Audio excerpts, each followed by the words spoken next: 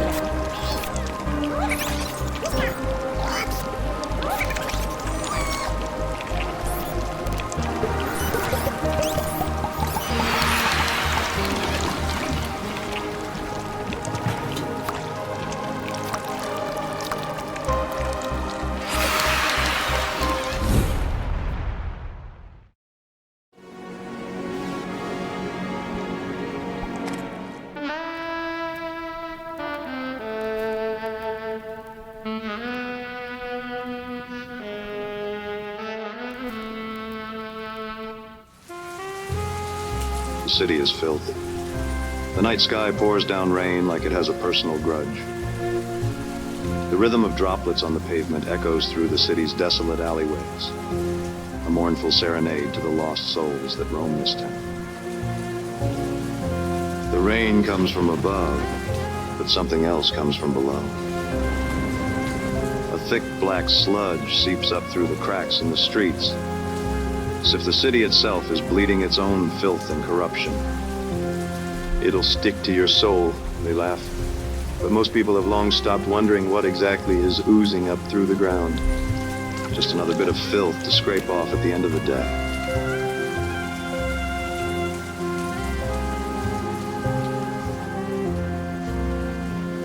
That's me. Cliff Spanner, private investigator. Got a mystery you need to unravel? I'm your guy.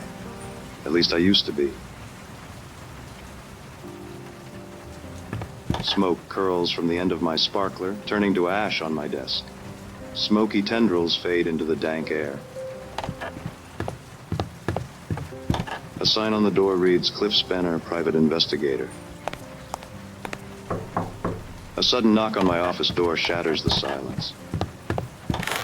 Yeah, come in. A woman steps into the room. Her silhouette oozes sensuality. Her eyes shimmer with desperation and allure. Her face is stunning. She moves with an elegance that seems to defy the grimy streets she must have traversed to get here. I catch a hint of her perfume, something intoxicating as she approaches my desk. I need your help, Mr. Spanner. There's something terribly wrong, and I don't know who else to turn to. Need a light?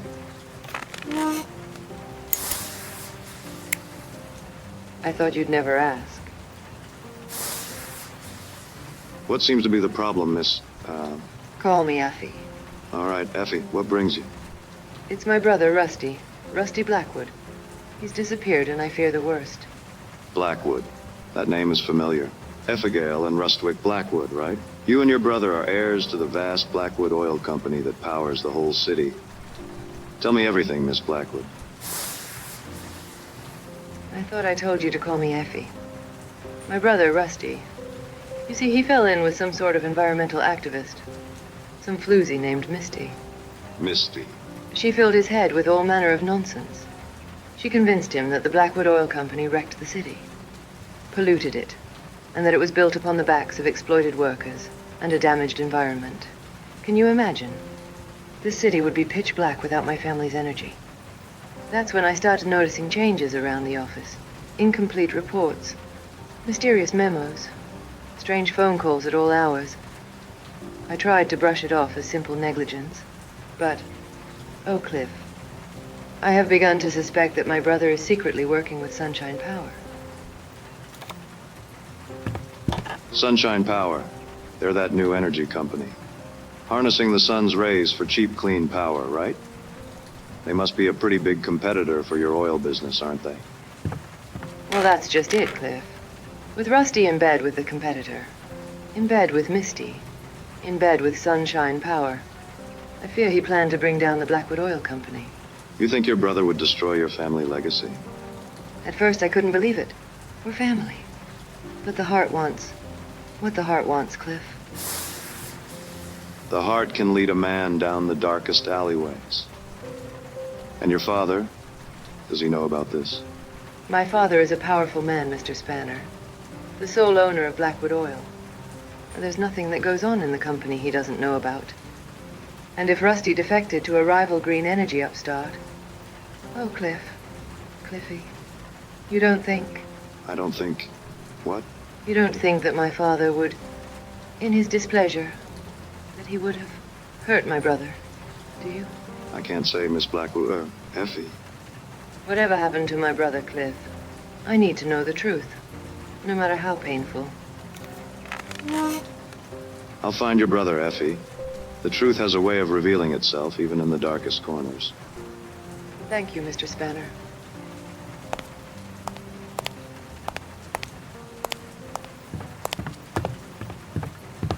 Cliffy, please, bring my brother back. The scent of Effie's perfume lingers in the air. It is certain this case will be my greatest trial yet.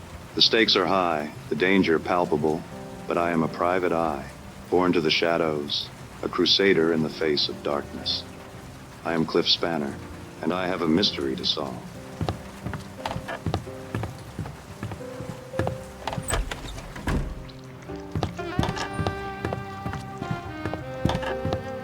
A cleaner mops the floor. It's late, well beyond working hours. Come to think of it, I'm pretty sure someone had already mopped the hallway today. There's something familiar about his weathered face, his tired eyes, but the thought is fleeting. Hey, you. Someone left a box for you outside. I nod and continue on. Tonight, my mind belongs to Effie and Effie alone.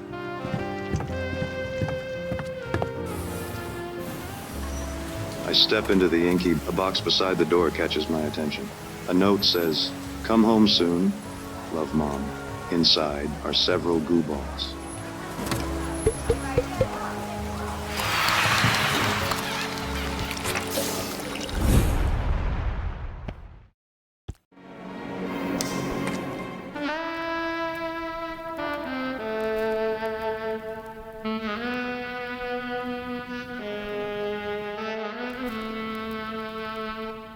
I make my way to a dingy bar called the Sour Note, a haven for those seeking solace from their troubled lives. I'd gotten a tip that Rusty Blackwood, the man I'd been hired to find, has a taste for this joint.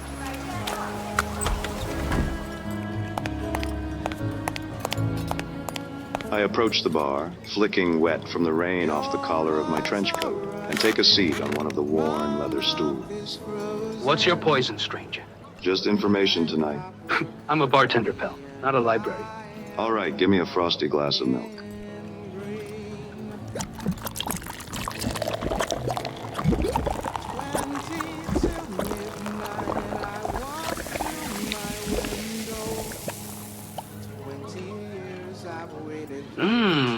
Look at that froth. Say, ever have a man named Rusty Blackwood stop in here for a frothy cup? I've got a photo of him here. He's got a name I do not know, but yeah, I've seen him. You'll want to talk to Misty. Misty, who is she and where can I find her? Just turn around. She sings for you now.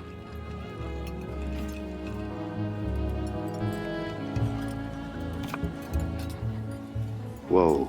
Don't go get your hopes up, pal. Now what would a woman like Misty be doing with a man like Rusty?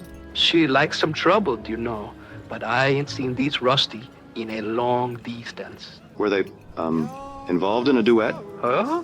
Were Rusty and Misty both riding side saddle on the same steed? Were they sharing more than a glass of whiskey? Whiskey? What's that? Were they both two hot bullets in a revolver? I don't... What I mean to say is, were Misty and Rusty romantically permeated? Can't say for sure, pal. Misty follows her own long, twisty road, but I'd say she enjoys playing with fire. Ain't Rusty? Let's just say last time I saw him here, he was smoking. You're not so bad at dispensing information, bartender. Good luck, pal. Misty's sultry voice floats in the air like a wounded albatross. She sways to the rhythm of the music. Her eyes move languorously from one patron to another, as if cataloging their sins. 20 years I've waited here tonight. I'm the one in green.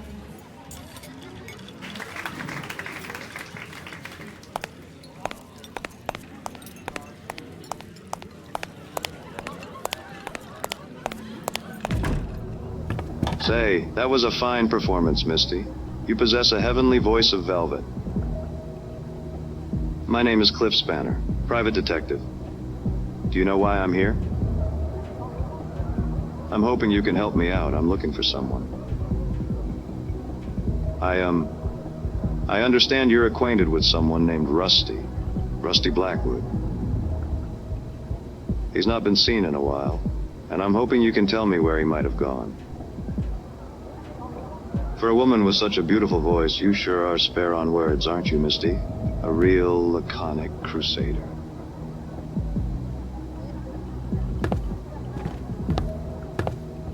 Oh, she's a knockout, isn't she? She should be illegal. Can I help you, sweetie? Did you enjoy yourself? Thank you, but I'm asking some questions of Misty here. Well, sure, sweetie, go ahead. I'll just powder my nose. As I was saying, my name's Cliff Spanner, private detective. I'm hoping you can help me out. Oh, yeah? Well, we'll go on then. Spit it out. I'm looking for a man who's disappeared. I'm looking for Rusty Blackwood. I understand he's an acquaintance of yours. Do me a favor, sweetie. Turn around, please.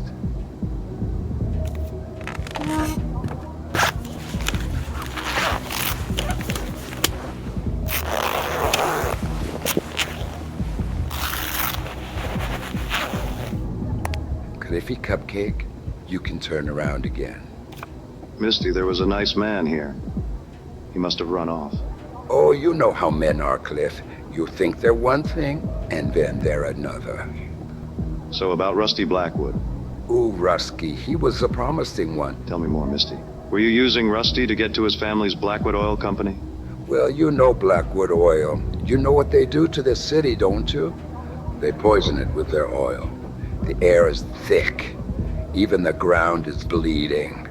I tried to show Rusty the truth, but... You thought you'd convince Rusty to destroy his own family business? Yeah, Rusty. A little dim, but he was cute.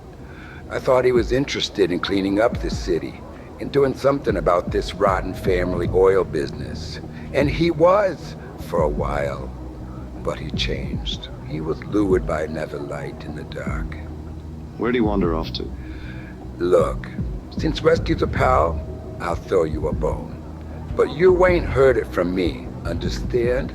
If that's what it takes. I might have an idea who he's been hanging around with. Yeah? Who?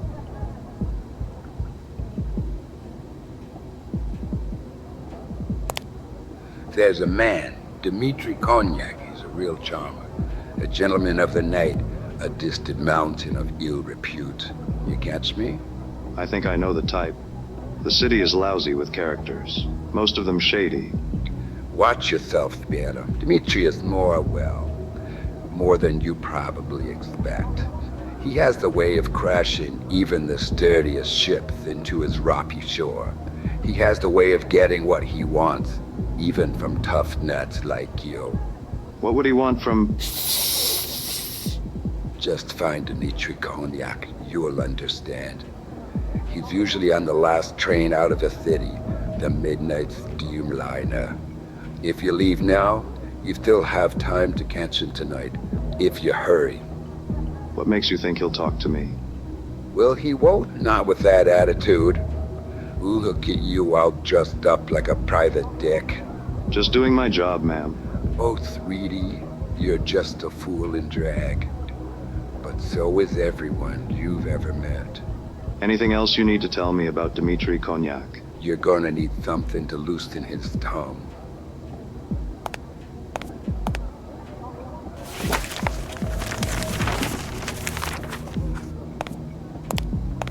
Take this. I have a feeling it'll make Dmitri talk. It's best I'm not hanging on to this anyway. It's been a pleasure, Misty. Just be careful, Spanner. Now, scuttle lost, sweetie. I need to go get ready for my next set.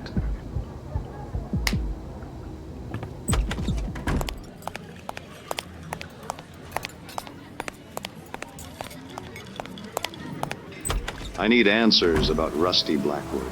And this guy, Konyak, might hold the key. I gotta get to the train station. The echo of Misty's voice trails behind me, mingling with the distant wail of the city. The night is young, and I am not. I see a sad sack in a city cleaner uniform sweeping wet sludge from the sidewalk into the gutter. He turns away from me as I pass, but is this the same guy who was mopping the hallway outside my office? No way, couldn't be. What's your name, friend? Just a guy looking after this dump. Hey, I think you dropped these.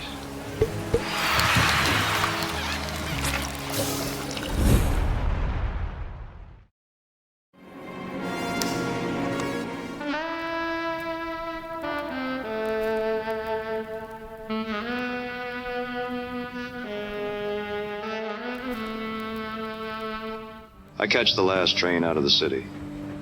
All aboard the Midnight Steamliner.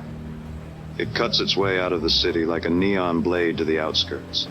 A ramshackle smear of strip malls and cheap motels that splatter out of the city like an exit wound. I can't shake the feeling I'm being tailed, that someone is watching me.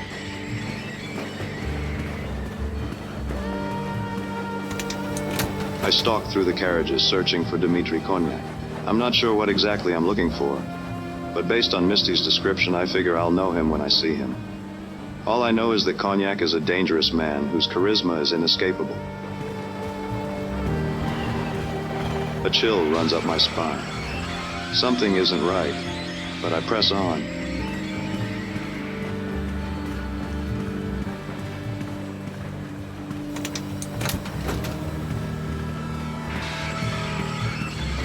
This must be him. Dmitri is a hard man to miss.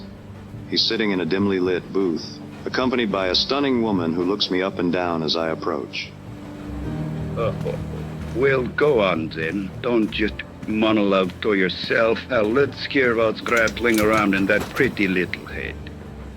Dmitri is a large man, robust, spilling out of his seat, a relic from a time when indulgence was a luxury. His substantial girth, once a symbol of opulence, now hints at the sins he must have savored. The man is immaculately groomed, his mustache adding a touch of rugged sophistication. Well, thanks. I enjoy my sophisticated mustache, too. I knew my monologuing would get me in trouble one day. Finally, something interesting is about clapping. Come sit with me, Hanson. Let's wait for it together. What's going to happen? Come sink your teeth into a buttered roll. Cognac's voice, a resonant basso profundo, was the sturdiest thing on this rickety train. The secret to the perfect piece of cake is carefully slicing it to just the perfect size, enormous. You look tired. Has it been a long night? I'm looking for someone. You've been talking to Misty. How do you know? Did she call you? Uh-oh. Do you see a telephone? You've brought your past with you. Every line under those cute little vodka bottle glasses. That cloud of Misty's perfume you waft him here with. I always told her she wore too much.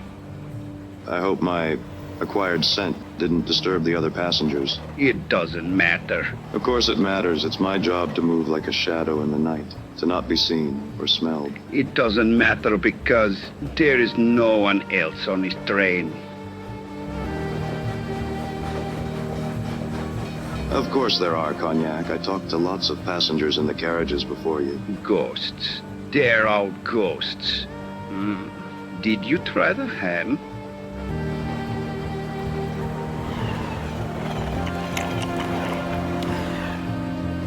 Wait, are you saying this is a ghost train? Wouldn't that be a thrilling story? No, this is not a ghost train.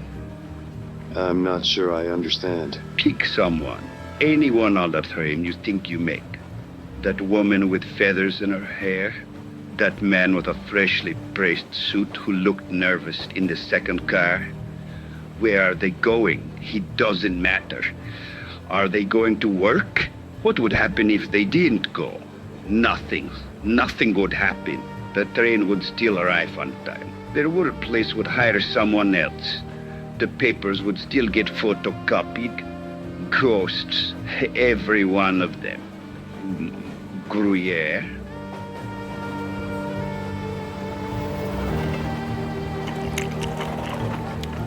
Dmitri, how long have you been riding this train?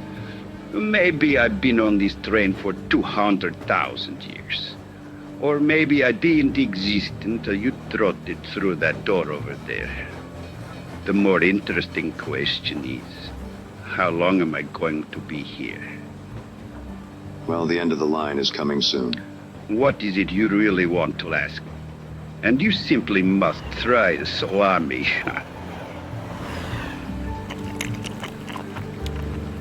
Thanks, Dmitri, but I couldn't possibly. I'm looking for a different kind of sustenance tonight. I'm looking for someone. Yes, I see. Quality sustenance comes at a price. Misty asked me to give this to you.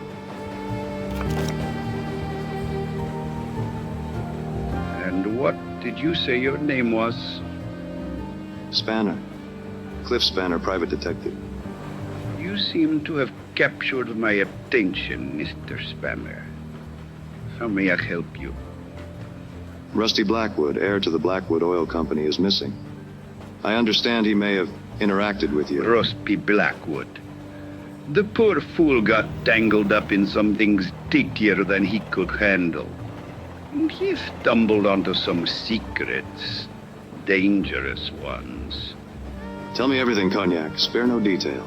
Rusty had evidence. Documents that could bring the whole charade crashing down. Charade? What charade? How did you... I mean, how could someone in your professional occupation... My occupation opens a lot of entrances, Mr. Spanner. My real business is secrets. I need more, Cognac. So do I. I'm all out of time. I'm in wine. Tell me where I can find Rusty. Careful, Spanner. This isn't my first case, Cognac. Tell me where I can find Rusty Your Blackwood. entire life has led to this very moment, sitting across from you right now. We're running out of time. To find the man you're looking for, to find Rusty Blackwood, here's exactly what you need to know. Dimitri! Cognac. Cognac, stay with me. I need to know. Sunshine, Spanner. You need to find the sunshine. Take this.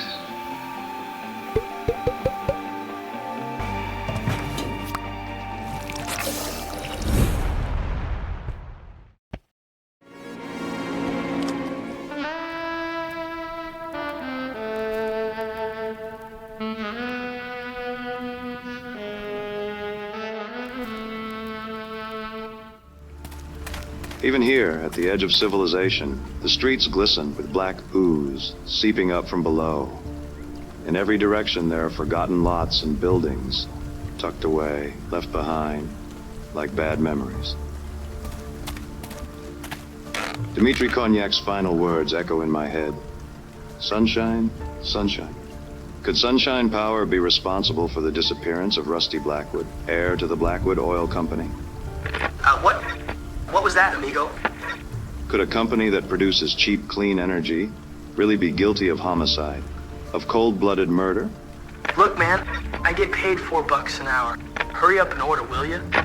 Could Sunshine Power have assassinated an heir to their rival? No, that would be too dark, too twisted, even for this city. The explanation was probably something simpler, something more elegant. Bro, what sunshine? It's always night in this city. It's always raining. Are you gonna order or what? Sorry. Yeah, I'll have a grande burrito and, oh my God. Like a flash of lightning piercing the night sky, it hit me. The answer I'd been seeking. The truth about Rusty Blackwood. This is going to shake the very foundation of the city. I mean, it's just a burrito, bro.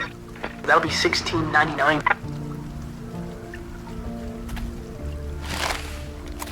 Oh yeah, we're also running a special. You can take these too.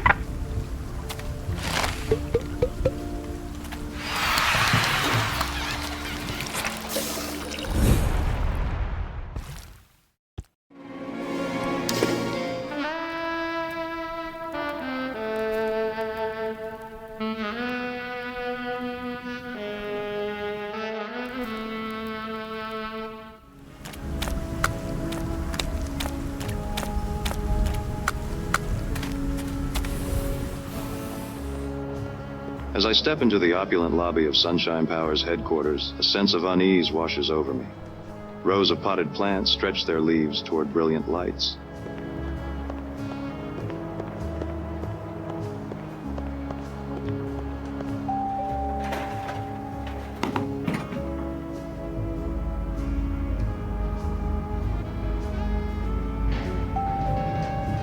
My eyes, still aching from the gleaming lobby, adjust to the muted grandeur that surrounds me. I step out of the elevator onto perfectly polished tile and cringe, thinking about the grime and sludge that my shoes are tracking in. At the end of the hallway is a set of massive wooden doors, into which is carved the image of the sun, radiant and resplendent, its rays emanating in all directions.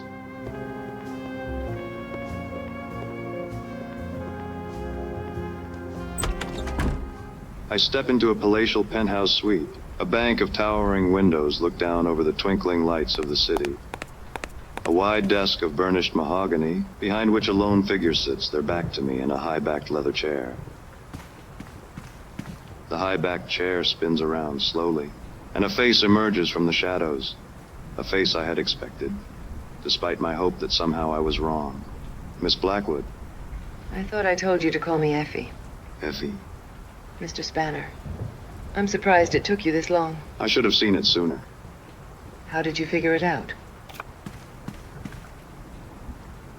In a city of endless night and constant rain. Sunshine, Effie. Sunshine is a rare sight. Yes, Cliffy. And yet here we have sunshine power, somehow generating unlimited energy from the sun. The sun that never shines. Oh, it's a great story, isn't it? It makes us feel warm. It makes us feel good, doesn't it? But it's an illusion. A mirage. I can see you're enjoying this. I figure sunshine power is nothing more than a clandestine subdivision of Blackwood Oil, designed to deceive environmentally conscious customers and the city regulators. It was never meant to provide clean energy, only the appearance of clean energy. And my brother, Rusty? Your brother figured out this filthy secret, and he threatened to expose you and destroy the family business. And you, Miss Blackwood, to protect your family's legacy, had your own brother killed. No, it wasn't you who murdered Rusty, Miss Blackwood. In fact, it wasn't a person at all who murdered Rusty. It was the weight of family legacy. You missed your calling, Spanner. You should be writing for the pictures. Tell me, Miss Blackwood, why did you hire me?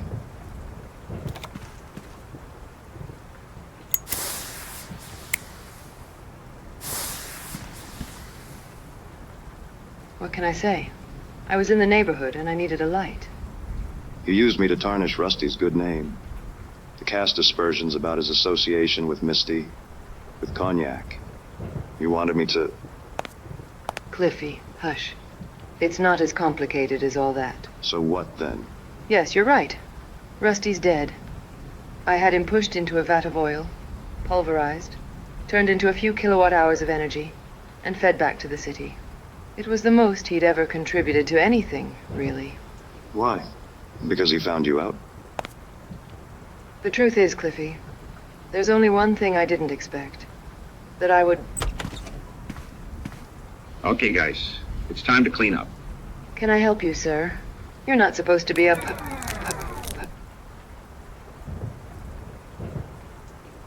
Effie, are you okay? So what's your name, pal? Cliff Spanner, private investigator. Well, yeah, you're playing as Cliff Spanner right now. Good work, by the way.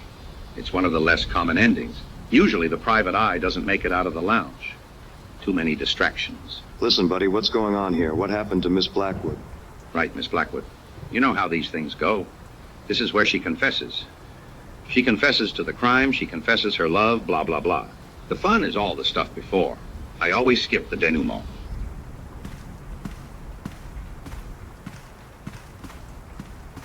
What are you talking about? Take a look out there, Cliffy. See that city? It was built for you. Well, not for you. It was built for you. Like I said before, what's your name, pal? I already told you. I'm Cliff Spanner, private investigator. Yeah, the private eye is always a little thick. Hang on. Let's force quit this scenario.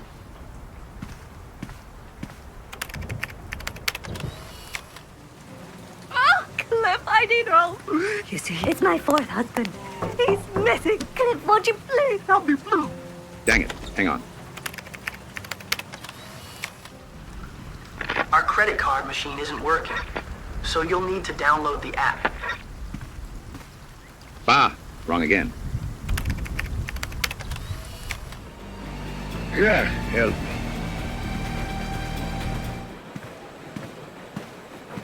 Blast it all. Okay, this has got to be it. Now we're talking. Cheers. So, tell me, how are you enjoying World of Goo 17, the Black Stain? Who are you? I saw you outside my office, and... And outside the lounge and on the train. Yeah, I get around. What's going on? You and me, we're in World of Goo 17. It's a pretty good sequel. A little off-brand, maybe, but heck, I'm biased. Sequel? Yeah, I know.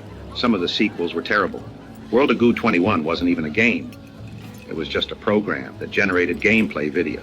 Infinite generated content you could stream on your streaming platform to your fans or whatever forever. You could be a content creator without the inconvenience of having to create content. So, you're not a cleaner? I'm just another filthy player, just like you. Or I used to be anyway. What do you mean? I'm just a fan of the World of Goo games. There were so many sequels. They really milked that franchise, didn't they? Haha. Well, yeah, I thought I was playing World of Goo, too. Oh, yeah, that was a good one. They still had some good ideas back then. I bought all the sequels, even the terrible ones. I'm a completionist, you could say. I like to be comprehensive. How many sequels were there? It looks like you've been playing some of them. I guess I'm more of a curator these days. I've made all the sequels available to play here. I think World of Goo 6, 9, and 11 are still working up there. Did you enjoy Gulf? It was so stupid, but in a good way, I thought. What do you mean? You used to be a player. These games came out a long time ago. Not much of the world is left from back then. I didn't think people were even around up there anymore, until you showed up. But I think I've helped keep this franchise alive and more or less playable. So how are you talking to me now? It turns out World of Goo 17 was Turing complete, so I programmed myself into the game. It wasn't my favorite sequel, too wordy for my taste, but it let me live forever, so I rate it 4 out of 5 stars. I'm sorry, that means the real you died. I mean, a long time ago. Yes, I expect so. How about you? What's your name, pal? I was playing World of Goo 2, and suddenly the game said I was in World of Goo 17, and made me Cliff Spanner, so I just played along. I've played World of Goo 2 hundreds of times, and that's not what happens. What chapter are you in? I'm in Chapter 4. Chapter 4 in World of Goo 2 is supposed to be set in a television animated series spin-off. I guess I just thought you were like the wacky character in World of Goo games that you meet near the end of the 4th chapter. This isn't right. So, cleaner? Or curator? What do you really look like? Are you sure you want to see?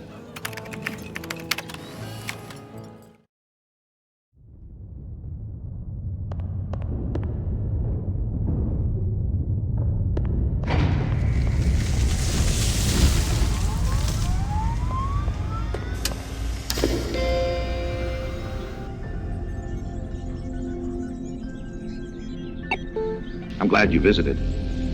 It must be lonely here, spending eternity inside the 17th sequel. It's been a long time, but the art in 4 or 5 of the scenes is pretty good. I like to hang out in some of them. I don't think I would want to live forever inside a noir-themed sequel. I eat a lot of late-night burritos. Thank you for keeping the World of Goo sequels alive and playable after all these years. It was my pleasure. As long as this computer remains powered on, I will continue to live forever and keep the memory of these games alive. Is there anything I can do for you? Well, maybe there is one thing. Sure, what is it? Well, I made some World of Goo fan fiction levels, but nobody has ever played them. Do you want to play one? Sure. Oh, great. I hope you like them. Just walk that way.